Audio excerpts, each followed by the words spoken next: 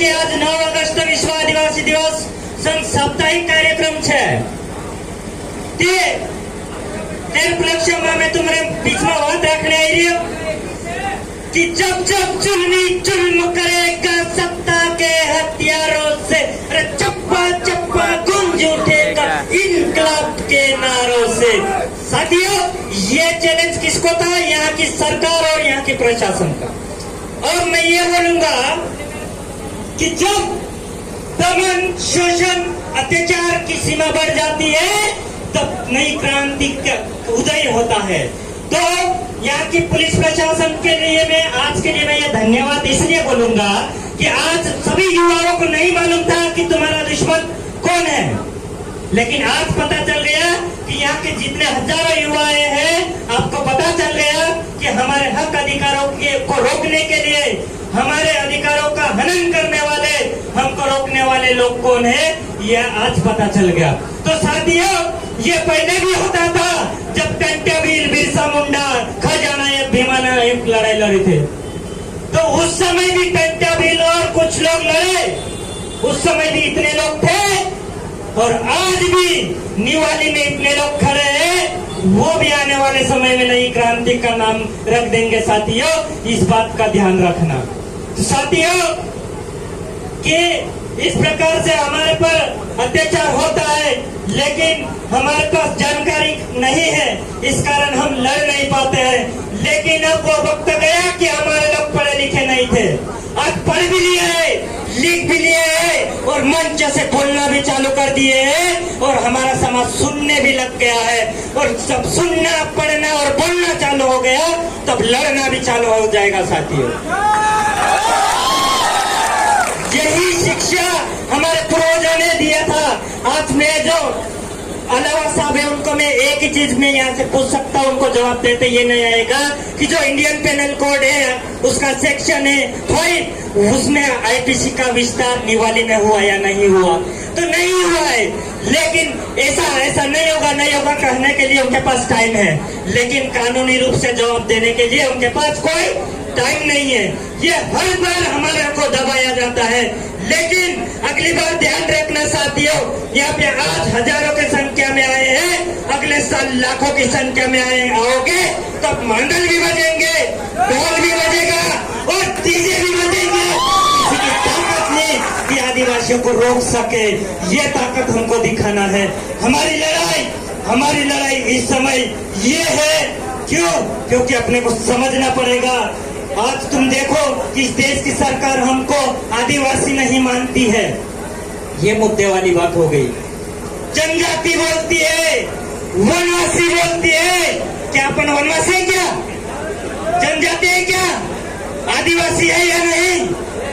आदिवासी है तो बोलो आदिवासी है, सब आदिवासी है। तब जब वनवासी कोई बोल देगा तो तू झापड़ मारना सालों को। वनवासी नहीं बोलेगा हमको कोई, हम सिर्फ आदिवासी है, इस देश के मालिक है।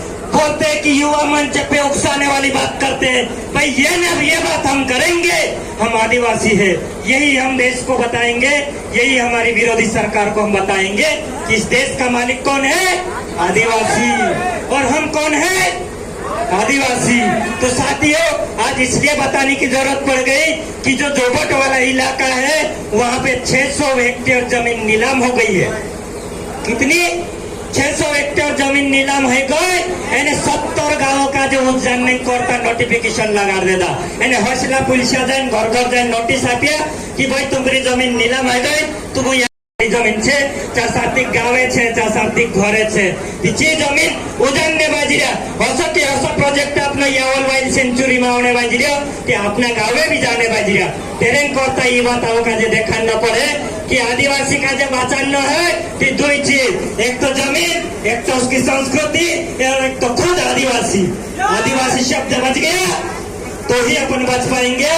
आदिवासी शब्द खत्म तो अपन नहीं बच पाएंगे। तो साथियों, सबसे पहली बात कि अपने को आदिवासी रहना पड़ेगा।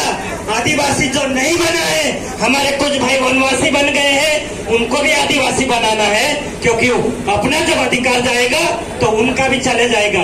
अगर वो अधिकारों के विरोध में बात कर दिए तो अपने भी अधिकार जाएंगे। इसलिए जितने भी इस देश के आदिवासी है, उनको एक मंच पर एक होने की जरूरत है। तो साथियों, मैं ज्यादा बात नहीं करते हुए मैं इतनी बात कहूंगा और 2 लाइन बोल के मेरी बात को यही समाप्त करूंगा कि मुल्क पर राज तुम्हारा है, इसका मतलब ये नहीं समझना कि मुल्क तुम्हारा है। मुल्क पर राज तुम्हारा है, इसका मतलब ये नहीं समझना कि मुल्क तुम्हारा है। अरे दफन है पीढ़ियां हमारी, जहाँ पर घर तुम्हारा है, जहाँ पर घर तुम्हारा है। तो साथियों, ये आज इस मंच से कलम हो गया बोल के जाएगा कि एक हो जाओ, खड़े हो जाओ, नियम कानून सीख जाओ कि ऐसे लोग सामने आएंगे तो ऐसे करके हटाने की जरूरत पड़ जाए। तो एक एक व्यक्ति को खड़े होने की जरूरत है। न गजानन दादा को जिस वक्त पे बुलाने की जरूरत नहीं पड़ जाए, ऐसे 1000 गजानन दादा पैदा हो जाना चाहिए, ऐसे 1000 टंट्या वीर पैदा हो जाना चाहिए, ऐसे 1000 बिरसा मुंडा पैदा हो जाना चाहिए। इसलिए आप सभी को ये सीखना पड़ेगा। सभी को सिर्फ आदिवासी बनना पड़ेगा। अगर आप आदिवासी बन गए तो किसी की ताकत नहीं हमको हिला दे। तो ये बात खत्म करके मैं अपनी वाणी को यही विराम करूंगा। नारे लगाओगे आप मेरे साथ में? जय जोहर का नारा है, भारत देश हमारा है। अरे जय जोहर का नारा है, भारत देश हमारा है। न लोकसभा न विधानसभा, सबसे ऊंची ग्राम सभा। न लोकसभा न विधानसभा, सबसे ऊंची ग्राम सभा।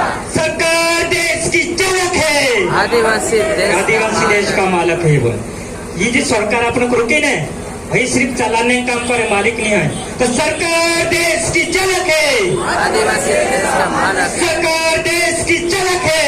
आदिवासी देश का मालक। जय आदिवासी, जय बिरसा। बहुत बहुत धन्यवाद कलम भाई।